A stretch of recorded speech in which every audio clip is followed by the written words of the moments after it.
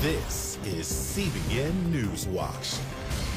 Hello, everyone. Thank you so much for joining us for CBN NewsWatch. I'm George Thomas. We begin with some good news on the fight against the coronavirus. It looks like the spread of the virus is slowing down in Texas, Florida, and Arizona. And that's coming as volunteers are rolling up their sleeves to take part in the biggest test yet of an experimental vaccine.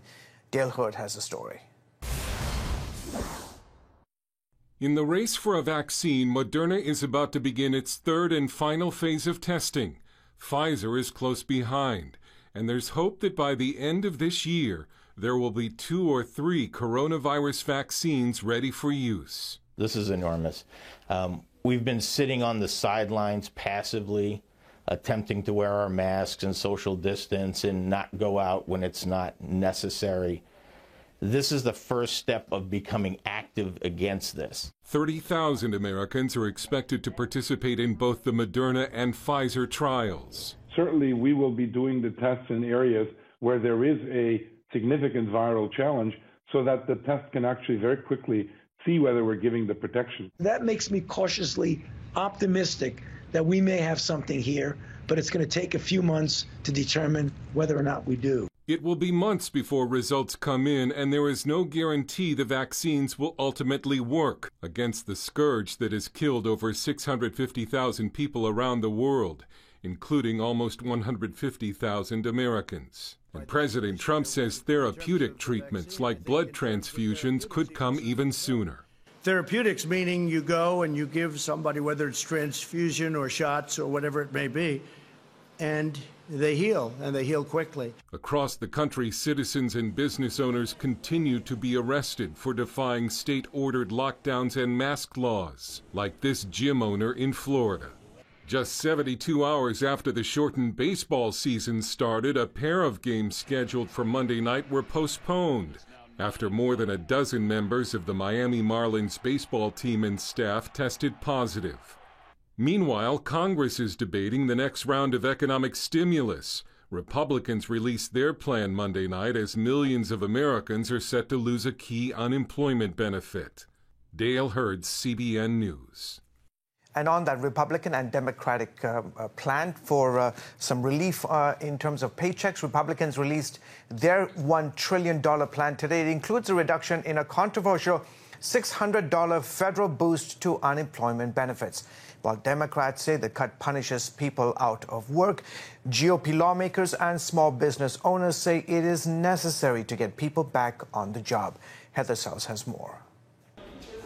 When COVID numbers improved a few weeks ago in his area, restaurant owner Sean Dawkins wanted to reopen his dining room. He contacted his laid-off employees, but had no success in bringing them back. Some of them actually made a comment saying, make sure I'm the last one you call back, because they still collecting the unemployment. So that's the challenge in itself. They, along with millions of others, have benefited from state unemployment checks, plus the federal bonus of an extra $600 per week.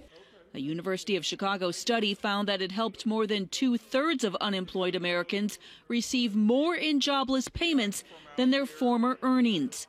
Democrats want to extend it until January, but Republicans say it keeps people on the couch. So they're pushing to replace just 70% of wages. We believe that they should simply go back to the old unemployment insurance system that pays people a part of their old paycheck, but really incentivizes people to get back on the payrolls. Workers and Americans understand the concept that you shouldn't be paid more to stay home than to work. Democrats argue the benefit is keeping families and the economy afloat. These benefits are a lifeline to tens of millions who want to work, are ready to work, but can't find work. They worry about expiring grace periods for credit card debt and rent eviction, and the families facing extra medical bills right now. On Monday, Senate Republicans released their economic relief plan, the HEALS Act. The American people don't just want relief, they want opportunity. Although it reduces the boost to unemployment benefits, it also adds another round of direct checks to Americans, plus a Paycheck Protection sequel, which helped small businesses, including churches, in the spring. Other provisions include grants for back-to-work child care, $105 billion for schools, liability protection for business, and billions for coronavirus testing. But now many Americans fear Congress will get delayed by party politics less than 100 days from the election. Dawkins is not sure when he will reopen his dining room. For now, takeout is keeping the business going, and his priority is making sure that his family and his workers' families stay safe. The hope is that, everyone be patient. We're all in this together, and this too shall pass. Heather Sells, CBN News. One other item from Capitol Hill, Attorney General William Barr testifying for the first time since taking the post as our nation's top law enforcement official. Barr has faced criticism for dropping the criminal case against former National Security Advisor Michael Flynn, reducing the original sentencing recommendation for Roger Stone, and has faced scrutiny over his role in sending federal agents to cities across the country where mass protests have been going on. House Democrats today accused Barr of politicizing the Justice Department, saying his actions have benefited President Trump and his re-election campaign. The Attorney General has consistently denied those allegations, claiming the president has not influenced his decisions. Take a listen. On the contrary, he has told me from the start that he expects me to exercise my independent judgment to make whatever call I think is right, and that is precisely what I've done. And be sure to tune in to Faith Nation this evening for the very latest from our nation's capital on this national crisis. And we go overseas. Tensions between the United States are ratcheting up between U.S. and Iran. Iranian state television reported that the country's Revolutionary Guard fired a missile from a helicopter targeting a mock U.S. aircraft carrier set up in the Strait of Hormuz. Footage also showed Iranian commanders fast-dropping down a helicopter onto the replica in an exercise they're calling Great Prophet 14. Iranian fast boats also encircled the vessel, which resembles the Nimitz-class carriers that the U.S. Navy routinely sails into the Persian Gulf from the Strait of Hormuz.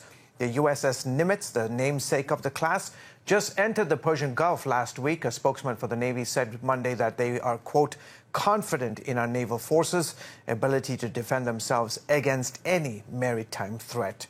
Israeli Prime Minister Benjamin Netanyahu met with military commanders in northern Israel today after fighting between IDF and Hezbollah forces along the Lebanese border Monday. Israeli tanks patrolled the Golan Heights as a tense calm returned to Israel's northern border. Monday, plumes of smoke could be seen rising above Lebanon. Israel said the clashes began after a Hezbollah cell crossed Israel's northern border. Netanyahu said Israel's policy is clear. First, we will not allow Iran to entrench militarily on our border with Syria. Second, Lebanon and Hezbollah will bear the responsibility for any attack against us emanating from the Lebanese territory. Israel had been braced for an attack since Hezbollah operative was killed last week in an alleged Israeli airstrike on Iranian targets inside Syria. The fighting comes at a time of heightened tensions with Iran and its allies after a series of unexplained explosions have rocked the Islamic Republic. Coming up, how one organization is helping companies practice religious freedom with their employees. But before we go to the break, here's a look at what's trending on CBNNews.com.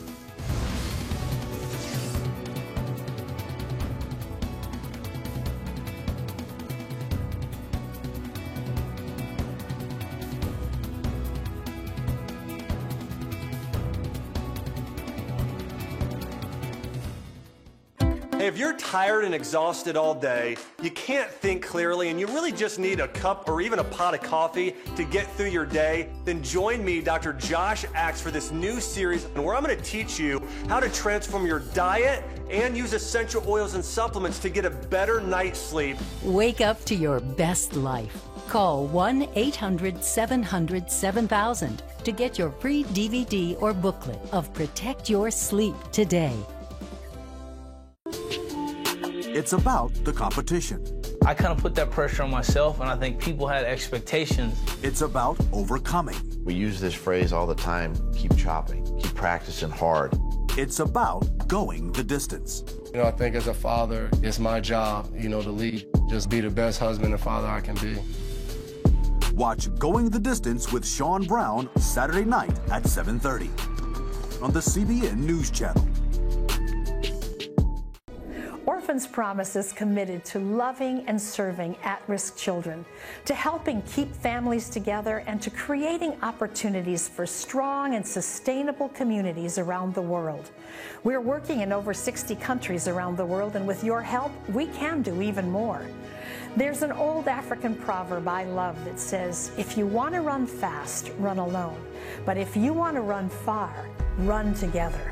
At Orphans Promise, we want to run far so we can touch the lives of as many orphaned and vulnerable children as possible. But we don't want to go alone. We're out to change the world, one child, one family, one community at a time. Will you join us?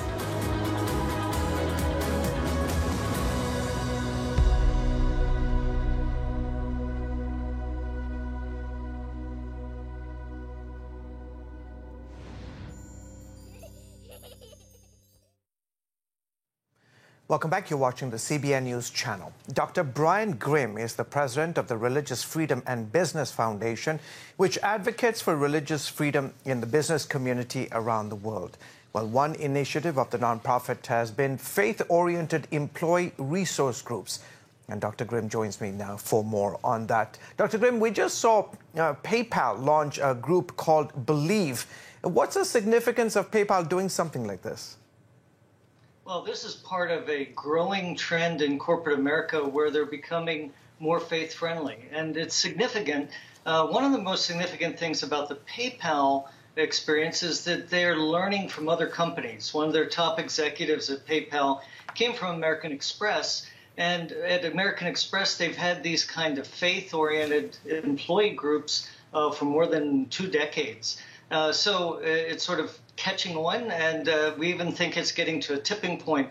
Just last year, Walmart, for the first time, introduced faith-oriented groups for their employees. And so when the biggest employer in America does it, I expect a lot more companies will be following. I'm curious, how do these groups work exactly, and what makes them effective?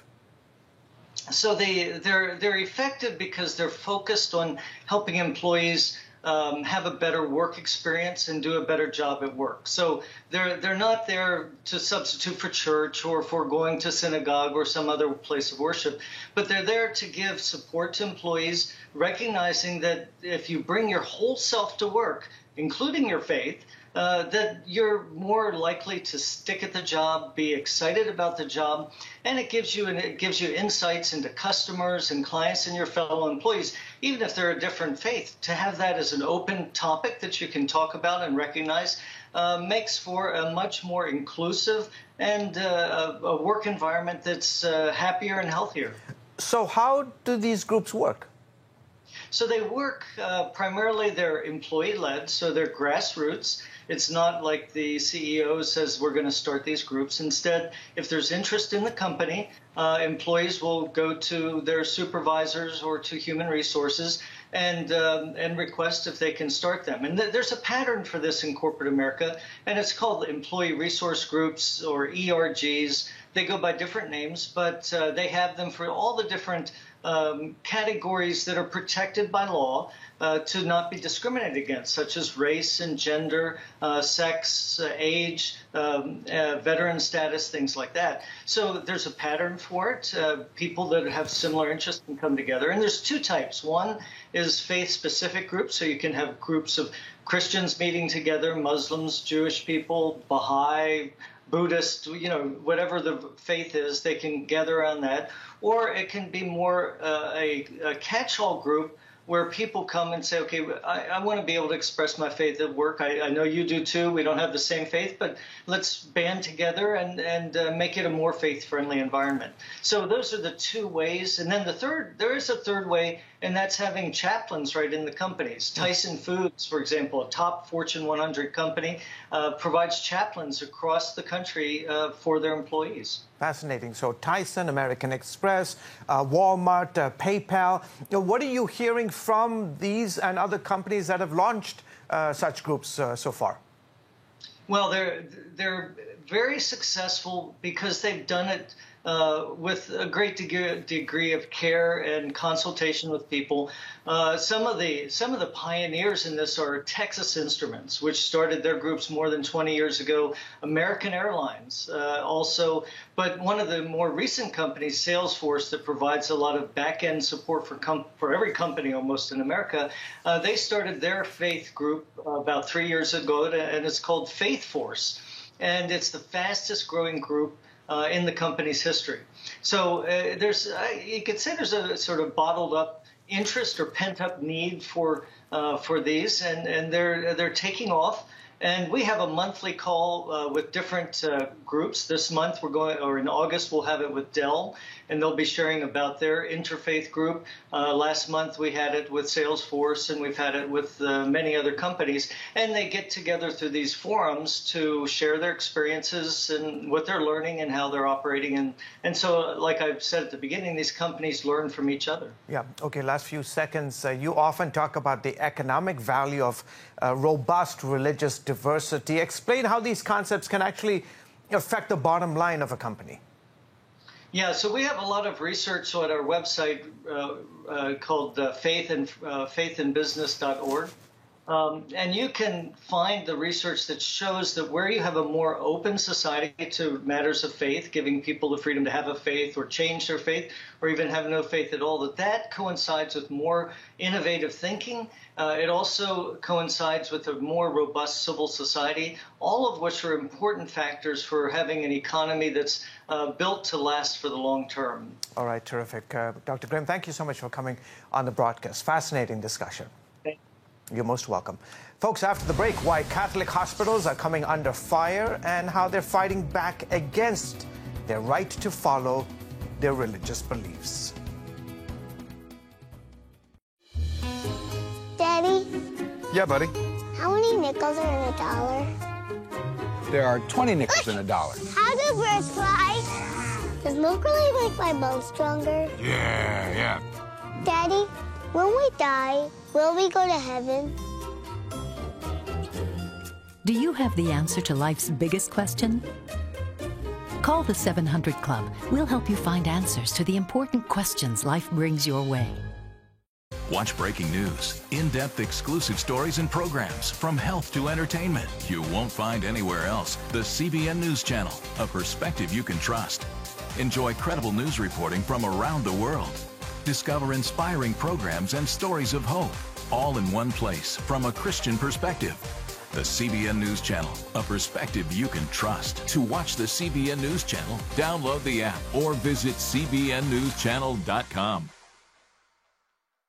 Hello, I'm Dr. David Perlmutter, board-certified neurologist and #1 New York Times best-selling author. Wouldn't it be great to boost your energy, eliminate brain fog, and even reverse brain disease? Well, you can, and I'm going to show you how, along with some of the world's most well-respected brain experts, in this DVD, Protect Your Brain. Get Protect Your Brain, a free DVD, only from the Christian Broadcasting Network, featuring experts on the cutting edge of neuroscience and brain health. No matter how many times you've failed in the past, you really can do this. In Protect Your Brain, you'll discover simple strategies to keep your brain young and healthy.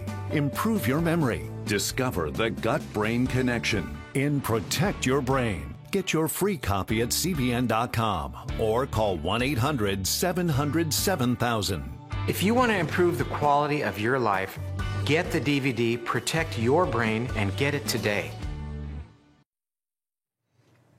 And welcome back to the broadcast. Earlier this month in Maryland, a person identifying as transgender sued a Catholic hospital for refusing to perform sex reassignment surgery, in this case, a hysterectomy. The case follows a similar lawsuit in California. In both cases, the patient said the hospital discriminated against them, while the Catholic hospital said they have the right to follow their religious beliefs. Mark Martin spoke with bioethicist Wesley Smith, the chair and senior fellow at the Discovery Institute Center on Human Exceptionalism, for more. Wesley, you recently wrote in the National Review about the Maryland case. Tell us why the Maryland hospital refused to perform this hysterectomy.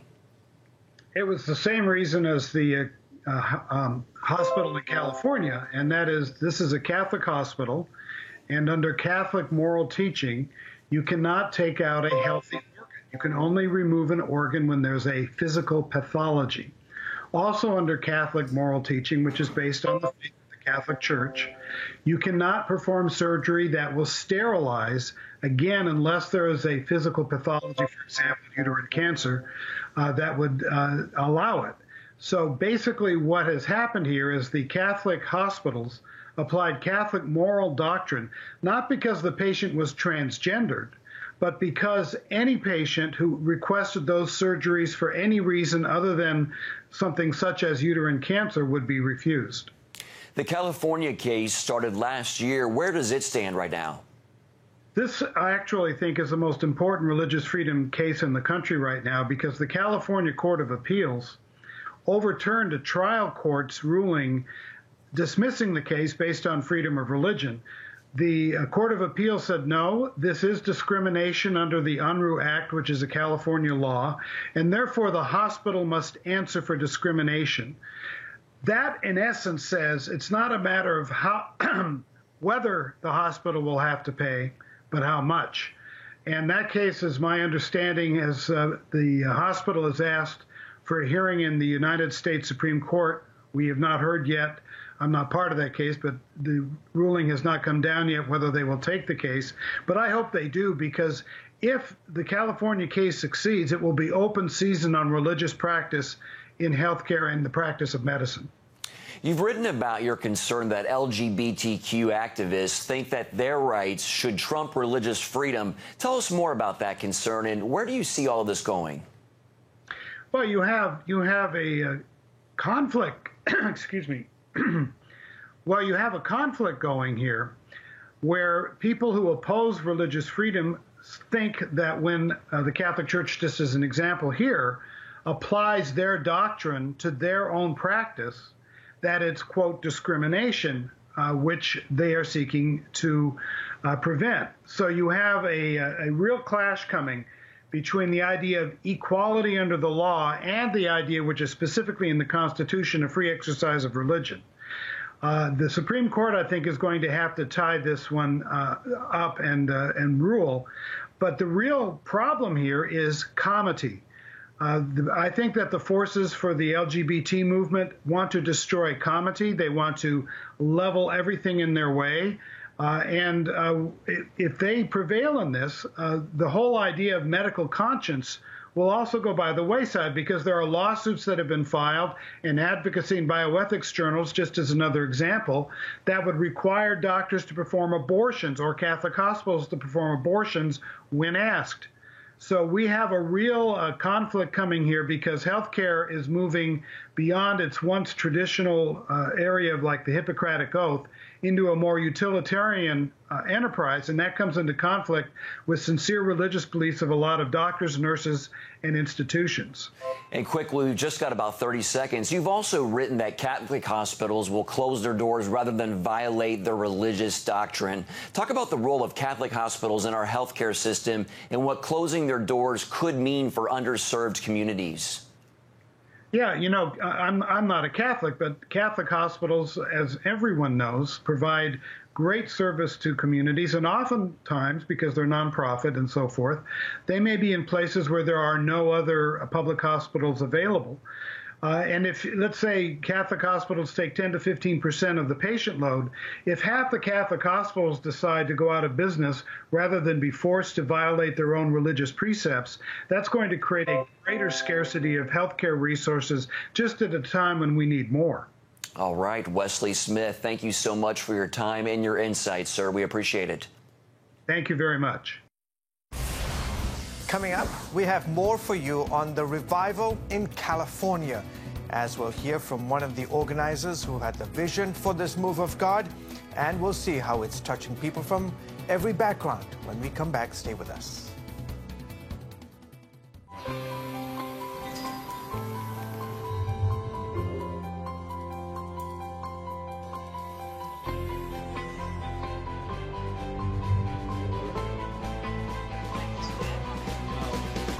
I am region's first ROTC graduate student.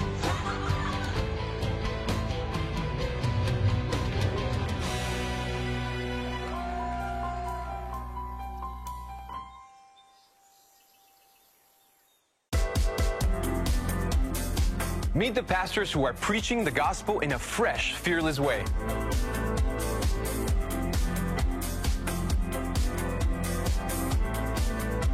I'm Roberto Torresadillo. Join me each week for Next Gen Voices.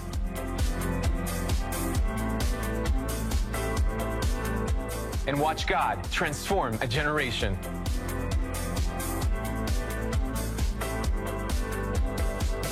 How'd you like to get a redo on your health, on your body, on your arteries, so you could have the energy you had 20 years ago?